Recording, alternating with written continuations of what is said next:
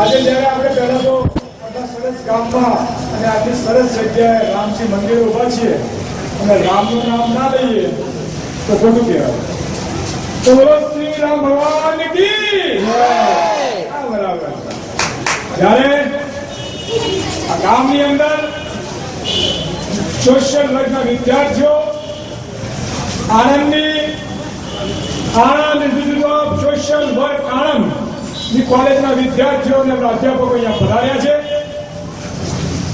એમના અધ્યાપક જ્યોતિ madam, Arpita madam અને એમની વિદ્યાર્થીઓની ટીમ સોશિયલ વર્ક.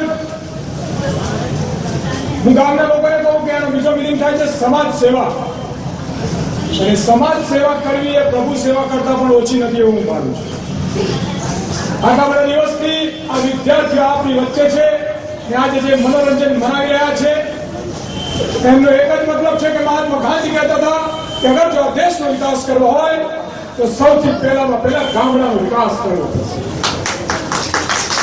આજે આપણે જોઈ રહ્યા છીએ કે શહેરોનો વિકાસ થઈ રહ્યો છે પણ ગામનો વિકાસ અટકી રહ્યો છે અને જ્યાં સુધી આ ગામનો વિકાસ નહીં થાય ને ત્યાં સુધી આ દેશનો વિકાસ ક્યારે પણ નહીં. જ્યારે આ નવયુવાન જોશ આ સમગ્ર ગામમાં આવીને આપની વચ્ચે જ્યારે વિકાસની વાત કરી રહી છે, જ્યારે સોશિયલ વર્ક સમાજ સેવાની વાત કરી રહી છે, ત્યારે હું તમને 2-3 ઉદાહરણ આપું. મારા મિત્રો, સમાજ સેવા એક વ્યક્તિ કરી શકે છે કે જ્યારે પોતાના ઘરની સેવા કરી શકતો હોય. સમાજ સેવા કરવી એ કોઈ લેબલ યા કોઈ સર્ટિફિકેટ નથી હોતું. સમાજ સેવા કરવી એ કોઈ પુસ્તક કે કોઈ કિતાબમાં લખેલું નથી હોતું. પણ સમાજ સેવા કરવી એ તમારા નસીબ અને તમારા દિલમાં લખેલું હોવું જોઈએ.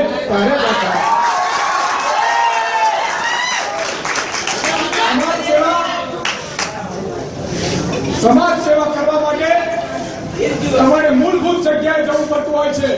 મારા મિત્રો, હાઈ ફાઈ બંગલામાં રહીને ગાડીમાં ફરવાવાળા લોકોને સમાજ સેવાની કદર નથી હોતી. સમાજ સેવા શીખવી હોય ને તો આજે પણ લોકોને ગામમાં આવવું પડતું હોય છે.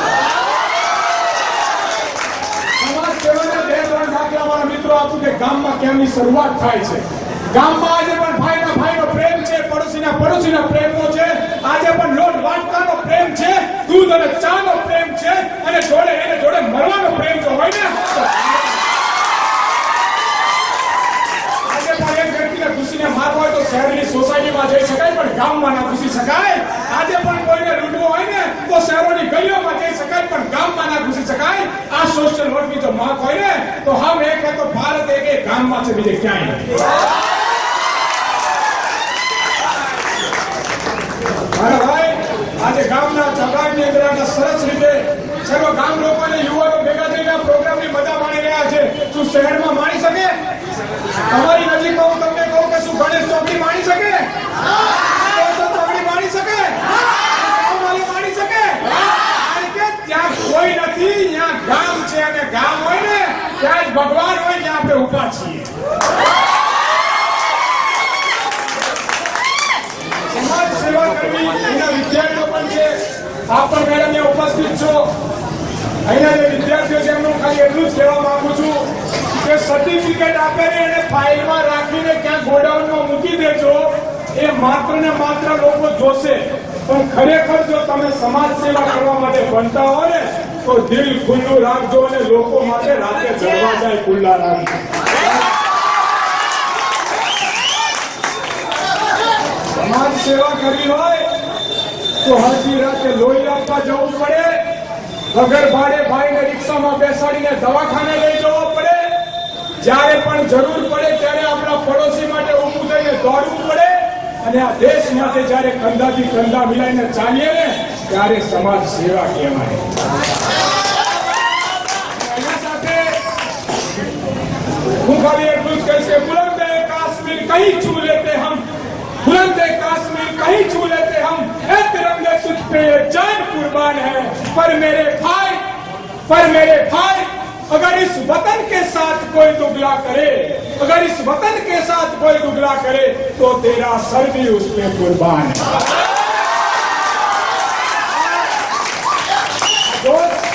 અને જરૂર આ આપણા યુવાનોમાં હોય. સોશિયલ વર્કના વિદ્યાર્થીઓને હું કહું કે હાથમાં ડાયરી ને પેન લઈને ક્યારે પણ ગામ ફરાતું નથી. હાથમાં ડાયરી ને પેન લઈને ક્યારે ગામમાં ફરાતું નથી. અરે ગામના લોકો દિલમાં રહે છે અને સ્વાર્થથી યારે ખરીદાતું નથી. ગામડામાં જાઓ છો તો ગામડાના લોકોને દિલમાં રાખજો. ગામડામાં જાઓ છો તો એમની જોડે દિલના સંબંધ રાખજો. કારણ કે ગામના લોકો કરોડ રૂપિયા વાળાને કે હેપીનો થા અને રૂપિયો ના હોય એને દિલમાં રાખીને કે બેસતીનો થા.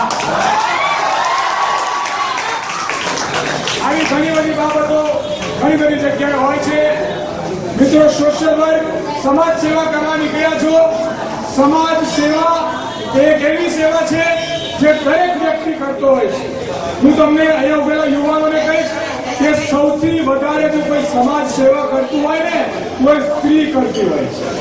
તમે વિચારતા હશો કેમની કરતી હોય? એ એના ઘરેથી લગાવીને બીજા ઘરે સુધી, રોટલાથી પાણીથી લગાવીને કપડા ધોવા સુધી તમને સેવા આપતી હોય ને એ સમાજ સેવા કરતી હોય. એ સમાજ સેવાની શરૂઆત ઘરથી લગાઈ, ગામથી લગાઈ, શહેરથી લગાઈ, ગલીથી લગાઈ અને આ ગુજરાતથી લગાઈ અને દેશથી લગાઈ અને દેશની સરહદ સુધીનો જો યુવાન સેવા કરતો હોય ને એને સમાજ સેવા કહેવાય. આગળનો પ્રોગ્રામ તમારો શરૂ છે. મને આ સરસ મંચ પર રામજી મંદિરના આંગણે રામજી મંદિરના આશીર્વાદ લેવા આપ સર્વ લોકોએ બોલાવ્યો. હું અધ્યાપક શ્રીઓનો, આયોજકોનો ખૂબ ખૂબ આભાર માનું છું અને જતા જતા તમને એટલું કહેતો જાઉં છું, વિદ્યાર્થી આગેવાન છું. મારી જરૂર જ્યાં પડે ગામ લોકો માટે, કોલેજના લોકો માટે હું તૈયાર છું અને કહેતો એટલું જ કહું છું, આયા હું इस भीड़ में ही मिट जाऊंगा. आया हूँ इस भीड़ में ही मिट जाऊंगा. बस जाते जाते अपने नाम की यादें आप सबको ले जाऊंगा.